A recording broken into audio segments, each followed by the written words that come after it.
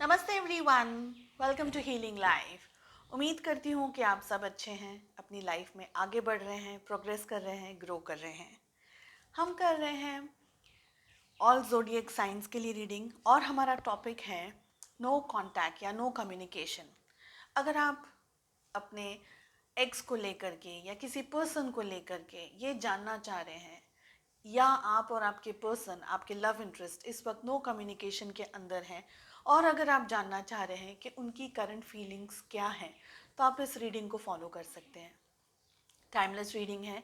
साथ ही ये रीडिंग है अगर आप कैंसर हैं, ठीक है, इन सन मून राइजिंग और इन वीनस, तो कैंसर या कर्क राशि के हैं आप इन सन मून राइजिंग और इन वीनस, तो ही आप इस रीडिंग को फॉलो कर सकते हैं।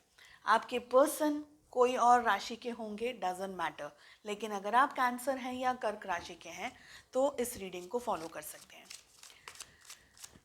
ओके, नो कम्युनिकेशन में किस तरीके की फीलिंग्स हैं आपके पर्सन, आपके लव इंटरेस्ट की, जिनके बारे में भी आप सोच रहे हैं और जिनके बारे में भी सोच करके आप इस रीडिंग को देख रहे हैं। ओके,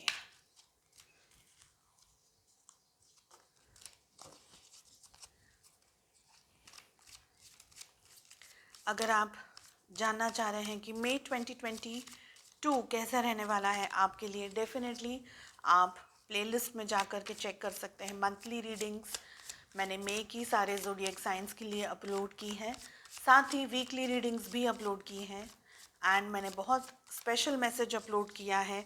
अगर आप फाइनेंसेस अबंडेंस को ग्रो करना चाहते हैं, किस तरीके से बे लीफ की मदद से आप ये रिचुअल कर सकते हैं एंड अपने फाइनेंसेस को इंक्रीज कर सकते हैं, इम्प्रूव कर सकते हैं। चलिए कैंसर्स, क्या है आपके पर्सन, आपके लव इंटरेस्ट की करंट एनर्जीज, फीलिंग्स आपको लेकर के। हमें मिल रहा है page of pentacles, we have the devil, we have the eight of swords, ace of wands and we have five of cups. Okay, साथ ही हम रोमांटिक मैसेज आपके पर्सन की तरफ से पुल करेंगे, वो आपसे क्या कहना चाहते हैं। Okay, from the second deck तो हमें यहाँ पर मिल रहा है पेज ऑफ पेंटिकल्स का कार्ड। देखिए, वी हैव डेविल। यहाँ पर मुझे बहुत स्ट्रांगली ये लग रहा है कि आपके पर्सन की एज जो भी है, जितने भी एज है उनकी, लेकिन जो मैच्योरिटी लेवल है उनका वो आपके जितना नहीं है। आपसे उम्र में, चाहे जो भी आप दोनों के बीच में एज डिफरेंस है, डेफिनेटली यहाँ पर बहुत सारे लोगों के लिए आपके पर्सन आपसे एज में, उम्र में थोड़े छोटे हैं, इमेच्योर्ड हैं बहुत ज़्यादा, बहुत अच्छी, बहुत स्ट्रॉन्ग मैच्योरिटी लेवल नहीं रखते हैं। साथ ही मुझे लग रहा है बहुत जल्दबाजी में डिसीजन लेते हैं, this is what I am feeling. बहुत जल्दबाजी में डिसीजंस ले लेते हैं, बहुत ज़्यादा सोच समझ करके, डीप थिंकिंग करके डिसीजन लेना इन्हें नहीं आता, this is what I am getting. साथ ही मुझे ये लग रहा है कि ये व्यक्ति बहुत ज़्यादा सोचते नहीं हैं, ये तुरंत रिएक्ट कर लेते हैं, ये बहुत तुरंत ही झटके से एकदम जो मुंह में आया बोल दिया। गुस्सा तो गुस्सा, प्यार तो प्यार, नफरत तो नफरत, जेलसी तो जेलसी। तो इनको इमोशंस अपने बैलेंस करना, मैनेज करना नहीं आता है, this is what I am getting. साथ में मुझे ये लग रहा है कि आपके पर्सन बोल लेते हैं और उसके बाद में जब उनका गुस्सा शांत हो जाता है, सेकंड मुझे ये चीज़ लग रही है कि बहुत ज़्यादा शॉर्ट टेम्पर्ड है। Okay, this is what I am getting, कि बहुत ज़्यादा शॉर्ट टेम्पर्ड है और इन्हें गुस्सा आता है ना, ये बोल लेते हैं अपना मन हल्का, मतलब अपनी जो भड़ास है वो निकाल ली, और जब शांत होते हैं तब इनको ये रियलाइज़ होता है कि भाई मेरे से मिस्टेक हो गई, गलती हो गई है। लेकिन ये व्यक्ति उस चीज़ को भी समटाइम्स वो नहीं एक्सेप्ट कर पाते कि मेरी मिस्टेक हो गई है। समटाइम्स ठीक है, बोल लेते हैं कि चलो माफ़ कर दो, गलती हो गई, या आपको मना लिया, किसी तरीके से पटा लिया। ये मैं पास के एनर्जीज़ की बात कर रही हूँ, ठीक है। सो यहाँ पर मुझे दिख रहा है कि आपके पर्सन आपके साथ में बहुत ही स्ट्रांगली किसी चीज़ को लेकर के एडिक्टेड हैं। हो सकता है कि आपके लुक्स, आपकी ब्यूटी, अगर आप मेल हैं तो आपके स्माइल, आपके whatever, beauty always, men and women, both of them, they are handsome and beautiful and everything। तो अगर आप मेल हैं तो उसको अपने तरीके से लें, ये आपको लेकर के बहुत सारी चीज़ों के बारे में सोचते हैं या सोचती हैं in the dreams whenever they are alone. This is what I am getting. And आप दोनों के बीच में जो जो भी स्पेशल मोमेंट्स हुए हैं, इस बात को लेकर के ये बहुत ही ज़्यादा एडिक्टेड है. ओके. साथ ही मुझे यहाँ पर लग रहा है कि आपके पर्सन हो सकता है कि कुछ अल्कोहल या स्मोकिंग या किसी भी तरीके का कोई नशा ये करते हैं, या किसी भी तरीके की इनको लत है या एडिक्टेड है. ड्रिंकिंग हो सकता है या मल्टीपल पार्टनर्स रखना हो सकता है. हर एक व्यक्ति के लिए अलग अलग है यहाँ पर. सो जो भी आपके साथ में, आपकी सिचुएशंस के साथ में मैच हो रहा है, बस आप उसे ही रखें. ठीक है. जो भी मुझे फील हो रहा है थ्रू द रीडिंग, मैं वो कह रही हूँ. साथ ही मुझे यहाँ पर लग रहा है कि आपके पर्सन के ऊपर हो सकता है कुछ लोगों के लिए, बहुत ही कम लोगों के लिए, कि किसी तरीके का जादू मंतर किया हो, ऐसी संभावनाएं हैं. ठीक है. कि इनके ऊपर कुछ ब्लैक मैजिक, कुछ विचक्राफ्ट किया हो, ऐसा मुझे यहाँ पर कुछ लोगों के लिए ही लग रहा है. ठीक है. देखिए, इनको है ना, इनकी या तो ये ऐसे हैं, या तो इनकी सोच, इनकी समझ को बांध दिया गया है. जो हमें डेविल का कार्ड मिल रहा है और साथ ही हमें जो एट ऑफ सोर्ड्स का कार्ड मिल रहा है, ये दोनों कार्ड है ना, बंधन दिखा रहे हैं. आप देखिए, आप यहाँ पर देखेंगे तो यहाँ पर इन दोनों के बीच में मैं कार्ड नहीं दिखा सकती हूँ. वहाँ पर चेन से वो बंधे हुए हैं. ठीक है. डेविल के साथ.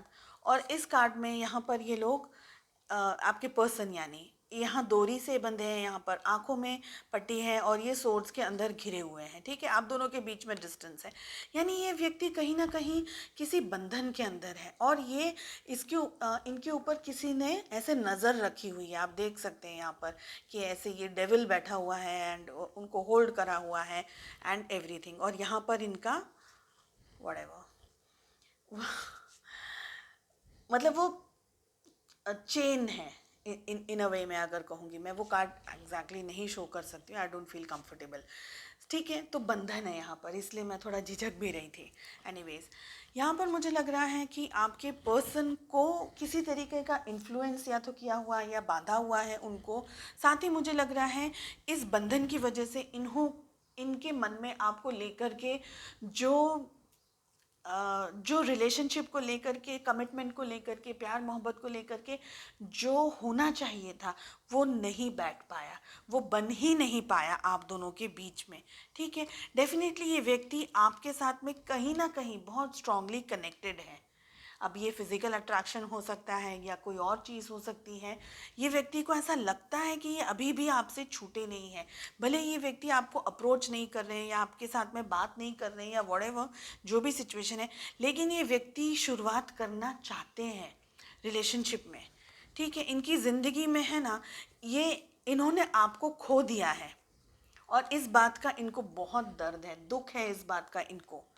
और ये रीज़न है कि ये आप में से बहुत सारे लोगों के लिए आपके पर्सन आपको कांटेक्ट करेंगे in the coming future. Okay. इनके मन में आपको लेकर के अभी भी वो फीलिंग्स, वो जज्बात अभी भी ख़त्म नहीं हुए हैं, मैं ये कहूँगी. हालांकि ये व्यक्ति किसी और के इन्फ्लुएंस में हो, ऐसे बहुत स्ट्रॉन्ग चांसेस हैं, लेकिन ये व्यक्ति जब भी आपके बारे में सोचते हैं तो वो पुल महसूस करते हैं, आपकी तरफ अट्रैक्शन महसूस करते हैं, आपकी तरफ आना महसूस करते हैं. हो सकता है आपकी बातें, आपकी स्माइल, आपका ड्रेसिंग सेंस या आपकी खुशबू, आपका परफ्यूम का स्मेल, फ्रेग्रेंस, आपका कुछ भी इनको अट्रैक्ट करता है, लेकिन इनको अट्रैक्शन आपके लिए बहुत ज़्यादा है. और ये एक रीज़न है जिसकी वजह से ये आगे बढ़ना चाहते हैं. मगर जैसे मैंने कहा कि ये व्यक्ति को कहीं बांधा हुआ है, कहीं बंधे हुए हैं. ठीक है. हर एक व्यक्ति के लिए अलग सिचुएशंस हैं, लेकिन फॉर सम ऑफ यू ये व्यक्ति, इनकी करंट एनर्जीज में ये दुखी हैं इस वक्त. ये जब भी ये रीडिंग आपके सामने आ रही है, अभी आ रही है, जब भी आ रही है आपके सामने 6-8 महीने, ये उस टाइम पे भी आपके साथ में सिचुएशंस ये रेजोनेट करे, बिकॉज टाइमलेस रीडिंग है. तो ये व्यक्ति शुरुआत ज़रूर करना चाहेंगे, आपकी तरफ आना ज़रूर चाहेंगे. Okay. Let us find out आपके पर्सन अगर आपको कोई लव रोमांटिक मैसेज डेडिकेट करते हैं तो वो क्या होगा. हम एक ही मैसेज पुल आउट करेंगे. मैंने कहा ना आपको, ये पर्सन बहुत ही आपकी तरफ अट्रैक्टेड हैं. और मैसेज हमें मिल रहा है, if you could do anything what would it be? The answer dwells in your heart, not in your mind, for the heart is the gateway to the soul. देखिए, जब इनको एक्शन लेना था, जिस समय आप लोग रिलेशनशिप में थे, या जब सही वक्त था, जब आप इनका इंतज़ार कर रहे थे कि ये कोई एक्शन लेंगे, कुछ डिसीजन लेंगे, कुछ कहेंगे, कुछ बोलेंगे, किसी तरीके से सिचुएशंस को मैनेज करेंगे, तब इस व्यक्ति ने एक्शन नहीं लिए, ऐसा मुझे लग रहा है। इनने रिलेशनशिप के अंदर बहुत कुछ नहीं किया, जिम्मेदारी नहीं ली है, कमिटमेंट नहीं दिया है, आपकी तरफ आपको ठीक तरीके से ट्रीट नहीं किया है। ऐसी बहुत सी एनर्जीज़ यहाँ पर मुझे मिल रही हैं, जो कि मुझे ये जो फील हो रहा है, जो सेंसेशंस मुझे फील हो रहे हैं, जो मुझे चैनलिंग मैसेजेस आ रहे हैं, वो मुझे ये कह रहे हैं कि ये व्यक्ति को अब जा कर के आपके लिए, जैसे मैं कहूँगी वो विजन्स आते हैं ना, कि ये मोमेंट मेरी ज़िंदगी में इतना अच्छा था आपके साथ में, या ये व्यक्ति किसी और के साथ में भी है, या ये व्यक्ति अकेला है, तो इनको विजन्स आ रहे हैं ये, कि अगर ऐसा होता आपके साथ में कैसी सिचुएशंस होती, आप कितना अच्छे से मैनेज कर लेते थे चीज़ें, या इनको कितना अच्छे से संभाल लेते थे, इनके गुस्से को संभाल लेते थे। ये एनर्जीज़ हैं, ये जो चैनलिंग हो रही है, ये कुछ मैसेज हो सकते हैं, कुछ लोगों के लिए, या हो सकता है सभी लोगों के लिए हो सकते हैं। तो जब ये व्यक्ति रिलेशनशिप में थे, इन्होंने इस बात को नहीं समझा, और इनको ये एहसास every now and then on and off हो रहा है कि इन्होंने आपको रिलेशनशिप में ठीक तरीके से नहीं रखा, और दुख है इनको, तो ये जहाँ भी है ये खुश नहीं है। ठीक है, अब हम आते हैं अपने कार्ड की तरफ। If you could do anything what would it be? ये मुझे जो सेंटेंस यहाँ पर हमें मिल रहा है, क्वेश्चन मार्क, वो ये कह रहा है इन्होंने एक्शन नहीं लिया। ठीक है, सेकेंड थिंग है, the answer dwells in your heart not in your mind. इन्होंने बुद्धि, जो अपनी मन, जो अपना, मैं कहूँगी इनकी समझ, इनकी सोच, उसको यूज़ नहीं किया है। ऑलरेडी मैंने कहा आपको रीडिंग के दौरान कि ये इमेच्योर्ड एनर्जीज़ के अंदर ज़्यादा ऑपरेट कर रहे थे। ठीक है, अब इनका जो दिल है ना, इनने दिल की बात नहीं मानी है, और अब इनको इस बात का पछतावा है। तो इनको आपसे दूर होने का, अलग होने का दर्द है, पछतावा है। For the heart is the gateway to the soul. अब इनको ये लग रहा है कि इनने सबको खुश रखने में खुद को दुखी कर लिया है, और ये खुद को भी खुश नहीं रख पाए हैं, बिकॉज आप दोनों के बीच में जो एक रिलेशनशिप था, जो एक बॉन्ड था, उसको ये ठीक तरीके से मैनेज नहीं कर पाए, संभाल नहीं पाए हैं। ठीक है, सो दुखी है इस बात को लेकर के ये पर्सन इस वक्त।